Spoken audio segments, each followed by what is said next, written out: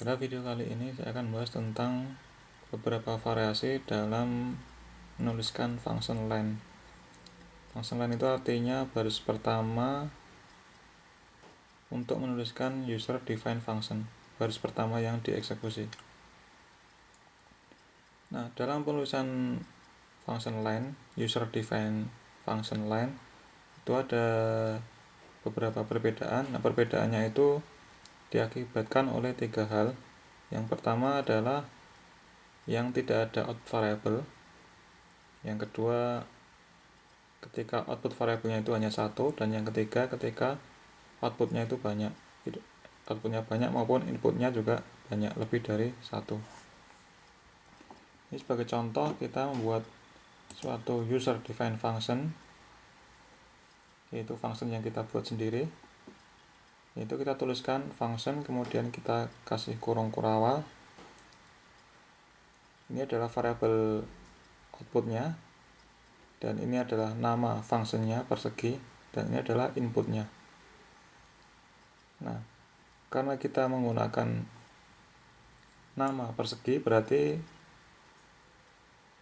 file yang kita simpan itu adalah persegi.m.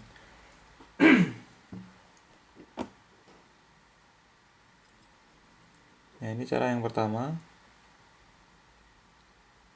Kita bisa juga menuliskan function lainnya itu seperti ini, yaitu kita tulis function, kemudian kita bisa tidak gunakan kurung kotak ini. Jadi langsung luas persegi sama dengan persegi, ini inputnya adalah cc. Nah, nama filenya sama, yaitu sesuai dengan yang di sebelah kanan sama dengan, yaitu persegi.m. Nah, dua contoh ini berarti dia memiliki single input yaitu cc dan single output yaitu luas persegi.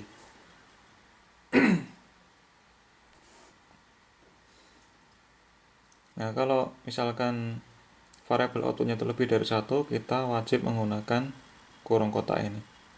Nah, dan untuk sisi input itu kita gunakan kurung biasa. Nah, sekarang kita langsung aja contoh. Kita gunakan script file.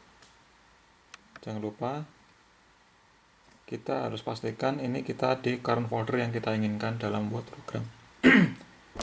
Ini adalah current folder yang kita inginkan untuk membuat programnya. Nah, nanti file yang kita simpan, function file yang kita simpan, m file yang kita simpan itu berada di folder current folder ini. Nah, seperti yang sebelumnya kita bisa buat file function user defined function itu dengan script file. Kita ketik new script. Nah,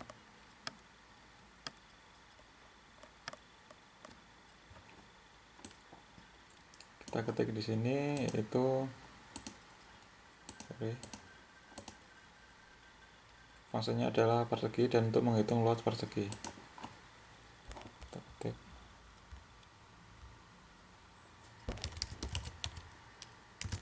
function, di output variabelnya luas persegi,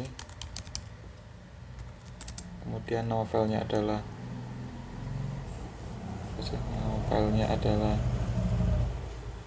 persegi dan inputnya adalah cc. Nah, setelah ini adalah function lainnya. Setelah ini kita harus definisikan output variabelnya itu rumusnya apa terhadap inputnya. Di luas persegi kan luasnya sisi kalikan sisi. Nah, berarti kita ketik sisi kuadrat. Nah, supaya bisa nanti kita gunakan array, kita pakai titik pangkat 2 gini. Nah, kemudian kita simpan dengan nama persegi.m. Nah, nanti akan kesimpan di current folder di sini. Kita lihat ya, ini belum ada perseginya, persegi.m. Kalau kita klik save, nah dia akan bertambah di sini persegi.m. Nah, simbolnya adalah fx ya. Ini ada tulisannya fx. Itu adalah simbol dari bahwa itu merupakan m file yang function, bukan yang m file yang program biasa. Oke. Kita lanjutkan, kita perbesar di sini supaya lebih jelas. Nah, kita sudah simpan ini dalam persegi.m. Kita bisa panggil berarti seperti menggunakan kebanyakan function. Misalkan kita gunakan function sin kan berarti kita harus gunakan perintah sin dalam kurung berapa derajat. Nah, sama karena kita beri nama persegi berarti kita bisa panggil dengan persegi, kemudian dalam kurung kita kasih panjang sisinya. Misalkan kita mau menghitung luas persegi dengan sisi 2, kita ketik persegi 2. Nah, ada jawabannya luas persegi 4, kemudian ada answer 4. Nah, kenapa ini muncul luas persegi 4? Karena kita tidak gunakan semikolon di sini. Nah, sehingga luas persegi ini muncul, kemudian ans defaultnya jawaban MATLAB juga muncul. Nah, kemudian yang perlu kita perhatikan lagi, dari dua variabel ini yaitu luas persegi dan ans, itu yang disimpan dalam workspace itu hanya ans. Nah, luas persegi itu merupakan lokal variabel, yaitu variabel yang hanya ada di dalam function ini. Berarti ini tidak dieksekusi di workspace-nya, dia hanya berada di dalam dari function. Jadi ketika kita ketik ini luas persegi, tidak akan muncul karena ini lokal variable, bukan global variable. Kalau yang ada di sini itu adalah global variable. Nah, sebaiknya kalau kita membuat user defined function, kita berikan gini dan titik koma supaya tidak bingung. Kalau kita beri semikolon gini titik koma, maka nanti yang muncul hanya ans. Kita klik dulu. Misalkan persegi 5. Nah, bentuknya adalah 25. Nah, ini adalah bentuk atau wujudnya kalau kita gunakan semikolon di program functionnya. Nah, ans adalah 25, ini tersimpan dalam workspace-nya. Nah, kalau pengen menyimpan dalam nama variabel lain, ya kita tinggal ketik ini, misalkan luas persegi. Nah, ini baru nanti akan kesimpan di workspace-nya. Kalau pengen tidak muncul di command window di display, ya kita beri semikolon di sini. Nah, tidak akan muncul. Nah, itu adalah contoh yang pertama. Nah, kemudian karena ini hanya merupakan satu output, ini outputnya adalah luas persegi itu hanya satu, maka ini kita bisa tidak kita gunakan tanda kurung gini.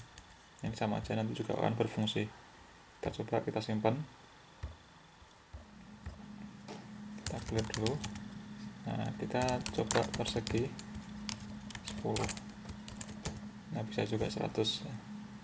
Jadi kalau output variabelnya itu 1, kita bisa gunakan kurung kotak maupun tanpa tanda kurung kotak. Tapi kalau lebih dari 1, itu wajib menggunakan kurung kotak. Itu adalah contoh yang pertama, yaitu terdiri dari single input dan single output. Nah, sekarang contoh yang kedua, ini adalah untuk mencari volume suatu box. Ini terdiri dari 3 input, yaitu tinggi, lebar, dan panjang, dan 1 output, yaitu volume box. Nah, ini kita coba. Berarti kalau kita buat seperti ini, berarti nama fungsinya adalah box.m, function volume box. Karena itu tadi terdiri dari 1 output, ya kita bisa langsung gini aja tanpa kurung, volume box. Ini kita kasih nama fungsinya box, kemudian apa tadi, tinggi, lebar, panjang.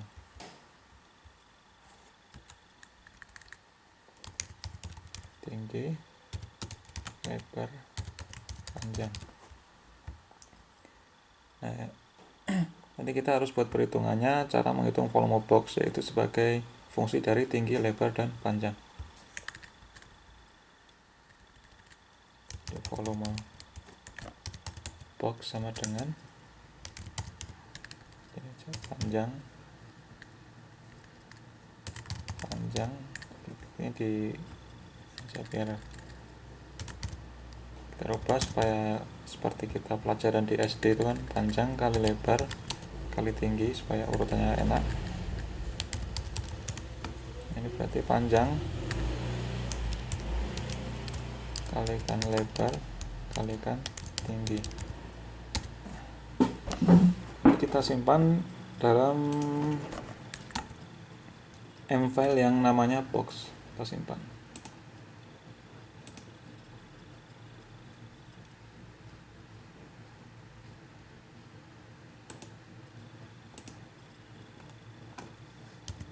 Box. Ya, kita cek apakah sudah ada. Nah, ada dua, selain nilai angka 0 berarti itu sudah ada function yang namanya box. Nah, sekarang kita buktikan volume.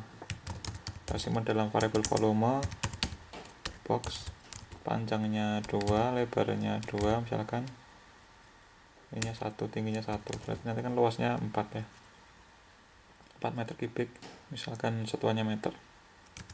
Nah, ini kalau kita gunakan array bisa enggak ya?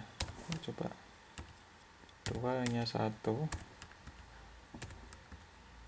ininya 2, yang ini 3.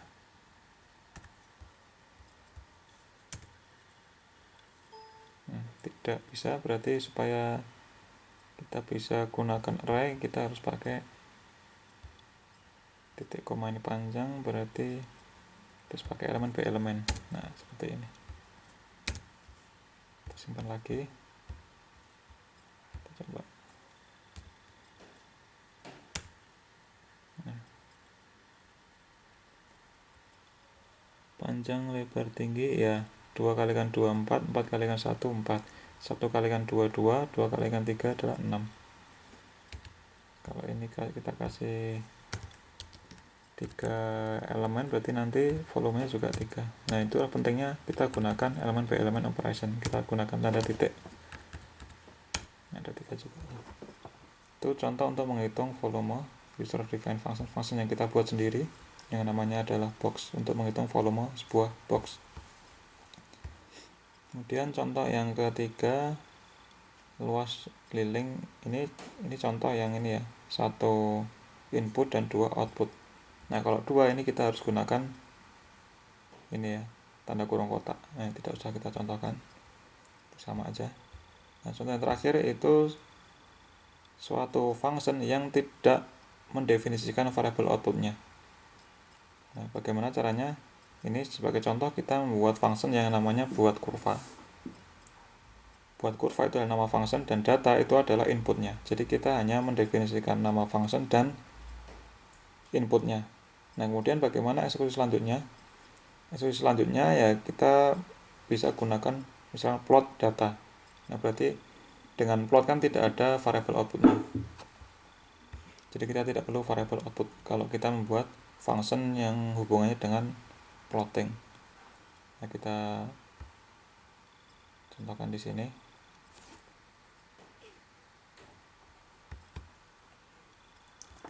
Function buat kurva, berarti nama fungsinya adalah buat kurva, inputnya adalah data. Nah, apa isinya dari function ini? Kita misalnya kita buat plot data ini. Kita gunakan, kita kasih grid. Kita kasih x labelnya adalah urutan data.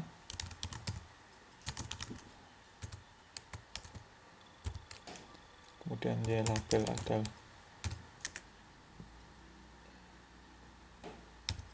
y labelnya itu apa ya? Nilai misalnya.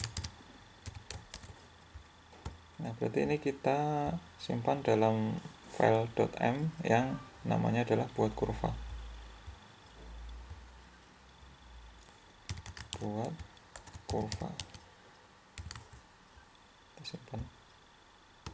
Nah, kita coba, kita eksekusi. Kita cek dulu apakah ada fungsi yang namanya buat kurva.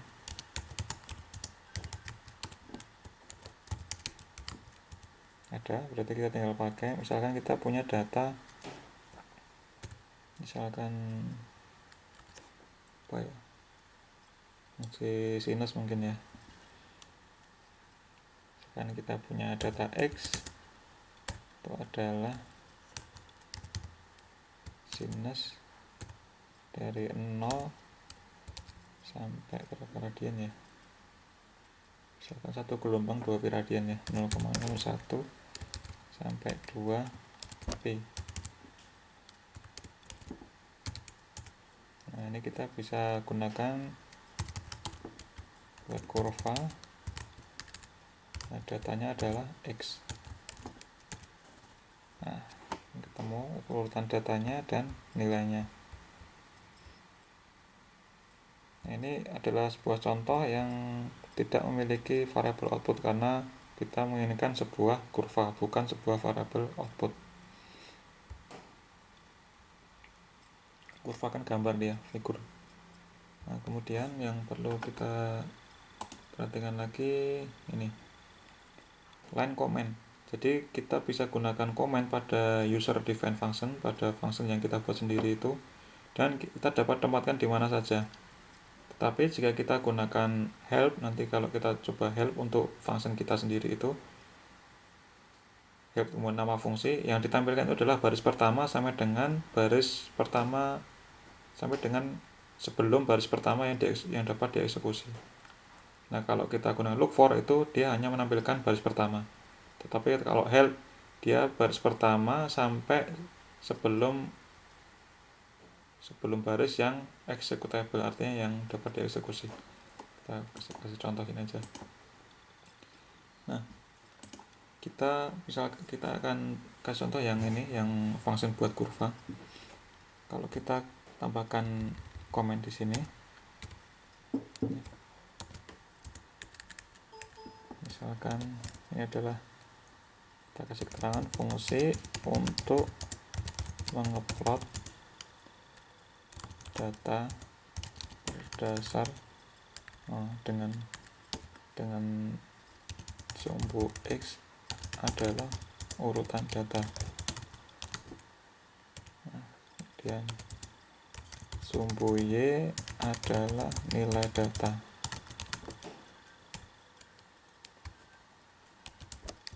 Ini contoh user defined function yang tanpa variabel output. Nah kita simpan, kurang gede,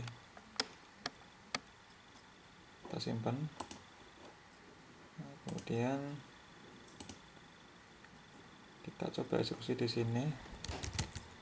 Kita gunakan help, ini kan udah kita ini terus dulu editornya ini. Nah kalau kita gunakan help, nanti dia akan menampilkan 3 baris pertama ini, baris 1, 2, dan 3, karena baris 4 itu dapat dieksekusi, sedang 1, 2, 3 kan non eksekusi. Berarti nanti kalau kita gunakan help itu akan muncul 3 baris. Nah sedangkan kalau kita gunakan look for nanti akan muncul hanya baris pertama saja. Nah ini disebut dengan H1 line. Singkatan apa yang nggak tahu ya, mungkin hydra atau apa ya, headline mungkin ya. Jadi yang kalau look for itu yang muncul adalah H1 line ini nomor 1.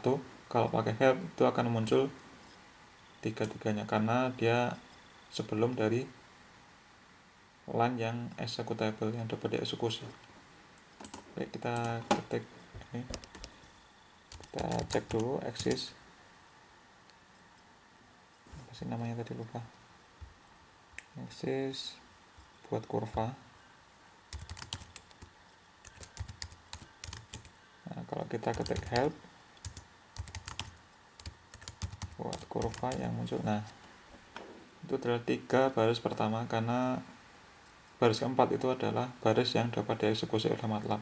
Sedangkan baris 1, 2, 3 itu adalah komentar, jadi yang tidak dieksekusi. Nah itu yang ditampilkan. Nah sama kayak tadi 3 baris ya. Nah sedangkan kalau kita gunakan look for itu yang muncul hanya baris pertama saja.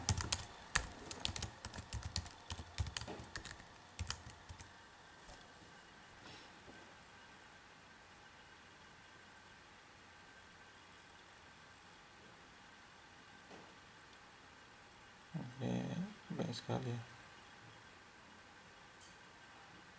lambat ya. C. Nah, kok enggak, ini terlalu lama ya.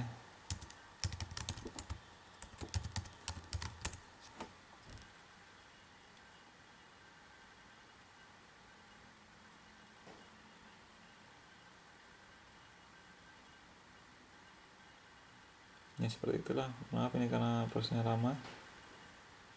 Yang penting kita sudah buktikan bahwa help itu dia mengeksekusi sampai sebelum baris yang dapat dieksekusi.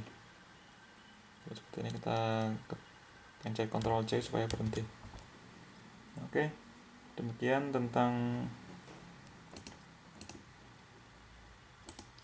apa, pemberian atau variasi-variasi dalam penulisan function line, user defined function line. Nah, sampai ketemu di video selanjutnya. Terima kasih.